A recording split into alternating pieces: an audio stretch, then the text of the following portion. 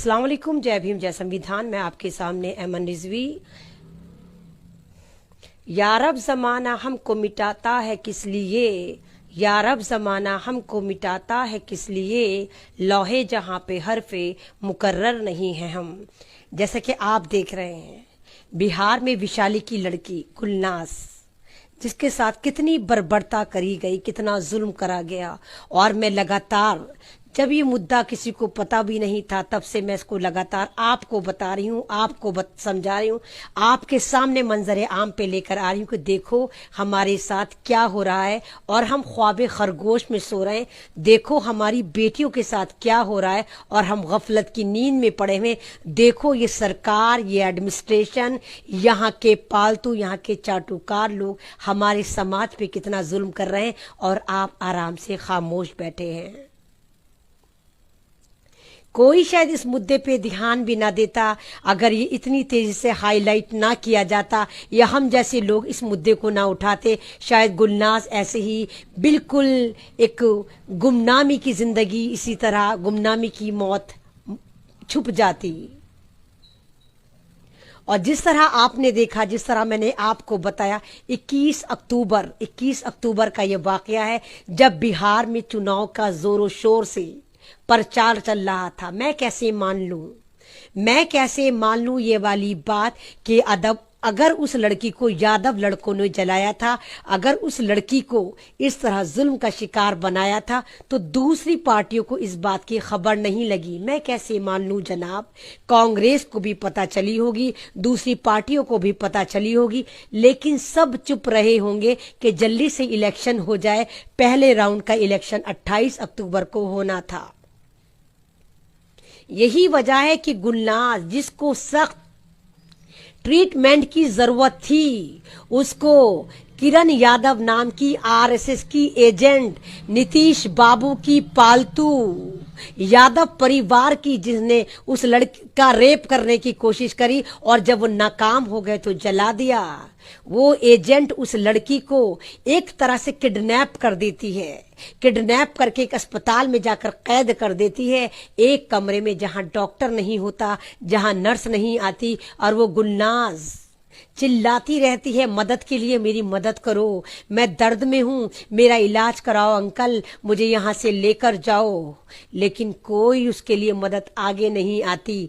क्यों? क्योंकि वो आरएसएस की एजेंट किरण यादव नागिन बनकर उसके ऊपर मुसल्लत कर दी गई थी। चार तरह से दलाली खा रही थी, आरएसएस से अलग खा रही थी, नीतीश यादव अलग दे रहा था। उस लड़के ने, जिसने उस पर 3 लड़कों ने, यादव परिवार के, जिन्होंने उस पर मिट्टी का तेल डालकर आग लगाई, किरण यादव का गुल्ला वो अलग भर रहे थे। और आप, हम और सब लोग जो सोशल मीडिया से उसको एटीएम, पेटीएम, सेटीएम, टेटीएम के नाम पर फंडिंग कर रहे थे, वो अलग। यानी 4 तरफ से दलाली खाई इस किरण यादव नाम की आरएसएस की एजेंट ने। और कमाल की बात ये देखिए, जो बीजेपी के अंगने में मुजरे करती है इनकी मिनिस्टर, चाहे वो झोला छाप फाइनेंस मिनिस्टर हो, लेडी हो तुम, मैया सीतारमन, बोलना चाहिए था। कहाँ है वो? क्योंकि सास भी कभी बहू थी स्मृति ईरानी, जो बात बात पर बेवा हो जाती थी, बात बात पे चूड़ियां तोड़ने बैठ जाती थी। कभी यहाँ धरना देती थी, कभी वहां धरना देती थी, कभी इसको चूड़ियां भेजती थी, कभी इसको चूड़ियां भेजती थी। तो कहाँ गई तेरी चूड़ियां स्मृति ईरानी? अब तुम्हें नजर नहीं आया बिहार? कहाँ गई तुम्हारी चूड़ियां? क्यों नहीं तुमने चूड़ियां तोड़ी? और कहाँ है वो तवाइफ मीडिया के मुजरे? अगर यहाँ पर ये लड़की हिंदू होती, खुदा ना ख्वास्ता, और लड़का मुसलमान होता, जनाब पूरे हिंदुस्तान में ये फिसाद मचा देते, आतंक उतार देते, मुसलमानों की पकड़ पकड़ कर मॉब लिंचिंग करते। वाकया होता बिहार में, पूरे हिंदुस्तान के यंगस्टर में एक कोहराम मचा देते अगर यहाँ पर लड़की हिंदू होती। जैसे आपने देखा, आपने याद होगा, कोई भी अगर कांड हो, फौरन लव जिहाद का ट्रायंगल फिट कर देते हैं। तो कहाँ मर गया वो स्ट्रीम मीडिया, जिसने इस बच्ची को न्यूज बनाना तक गवारा नहीं समझा? क्यों? ये मुसलमान लड़की थी? क्यों? ये गरीब लड़की थी? क्यों? इसको यादव परिवार ने मारा था? क्यों? क्योंकि यादवों के साथ ही तुम बिहार में गठबंधन कर हुकूमत बना रहे हो? क्यों?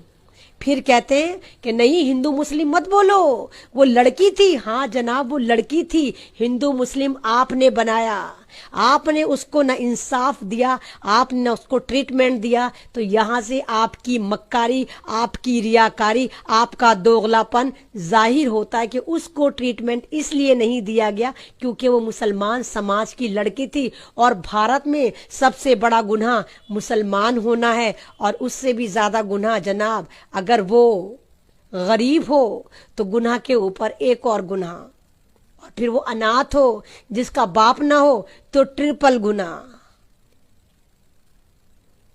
जो नीतीश बाबू जंगल राज ठोक तंत्र की बात करते थे, तो नीतीश बाबू नहीं, गैंगस्टर नीतीश बाबू 21 अक्टूबर में भी बिहार के आप ही सीएम थे, कोई दूसरा नहीं था, तेजस्वी नहीं था, तब भी आप ही सीएम थे।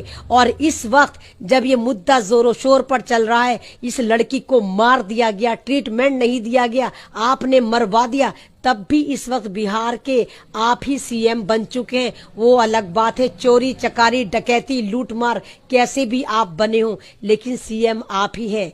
क्या आपने इंसाफ दिया? क्या करा आपने गुलनाज के लिए? क्या करा आपने उसकी फैमिली के लिए? क्यों? क्योंकि वो मुसलमान है और मारने वाले यादव लड़के हैं, आपके अपने हैं, आप भी तो नीतीश यादव हैं। और जिस एजेंट को आपने भेजा था, किरण यादव, वो भी आप ही के परिवार की है, वो दलाल भी आप ही की परिवार की है। और अब देखिए मेरे भाई और बहनों, गेम को पूरा उल्टा करने की तैयारी शुरू हो गई, क्योंकि मैंने आपके सामने आके इनको नंगा कर दिया। मैंने किरण यादव का उसको औकात याद दिलाई, उसको बताया कि वो बीजेपी की एजेंट है, वो दलाली खा चुकी है, ये मैंने आपको बताया। तो किरण यादव पूरी आ गई अपनी औकात में, फीमेल कार्ड खेलने का उन्होंने अपना फंडा इजाद कर दिया, क्योंकि इनका तो कोई मोरल धर्म होता नहीं है। जहां पर इनको लगता है कि हम पकड़े जाएंगे, तो किरण यादव फौरन अपना औरत कार्ड खेलने आ गई हैं कि भाई मैं औरत हूं, इसलिए गौहर के इसलिए गुलनाज के खानदान वाले मेरी मॉब लिंचिंग करवाना चाहते थे, मेरे पति की लिंचिंग करवाना चाहते थे। और इल्जाम किस पे लगा रही है? गौहर अजीज। गौहर अजीज वो लड़का जो एक छोटा मोटा यूट्यूबर है, जो आवाज उठाता है हर जुल्म के खिलाफ, इस समाज में हो रहे जुल्म के खिलाफ, उस पे इसने फंदा कसा है। क्योंकि इस गुलनाज को हाईलाइट करने वाला, वीडियोग्राफी करने वाला, एक एक मूवमेंट की फोटो खींचने वाला कोई और नहीं, गौहर अजीज है, जो बिहार से है शायद। इसलिए अब ये पूरा का पूरा शिकंजा कस रही है गौहर अजीज के ऊपर, ताकि गौहर अजीज को पकड़वा दे, या गौहर अजीज को, इसका कोई बईद थोड़ी है, ये तो नंगी औरत है, ये तो एक तरह की, फिर मेरे मुंह से निकलती है गाली, आप कहेंगे मैं गालियां दे रही हूं, ये एक तरह की बाजारू औरत है किरण यादव जिसका नाम है। इसका कोई बईद नहीं कि मार्केट में जाके कपड़े फाड़ के कह दे कि देखो मेरे कपड़े फट गए, मुसलमानों ने मेरी रेप करने की कोशिश करी, मेरे लिंचिंग करने की कोशिश करी। क्योंकि जो गद्दार औरत का लिहाज न कर पाए, अपनी एक प्रतिष्ठा का लिहाज न कर पाए, अपने मां होने का लिहाज न कर पाए, वो कितनी गिर सकती है। ये आप सबने देखा कि उसने किस तरह गुलनाज को एक अस्पताल नुमा कमरे में जाकर कैद कर लिया, और वहां से लाइव कर करके आपसे पैसे मांगती रही, पब्लिक को बेवकूफ बनाती रही, पब्लिक से पैसे लूटती रही। और जब इसकी औकात दूसरे लोगों ने दिखाने की कोशिश करी, हम जैसे उन्हें बताने की कोशिश करी, तो इसने फौरन वुमेन कार्ड खेलना शुरू कर दिया कि देखो मेरे साथ बदतमीजी करी जा रही है, देखो ये गौहर अजीज मेरे शौहर की लिंचिंग कर रहा था, हाथ पकड़ा था।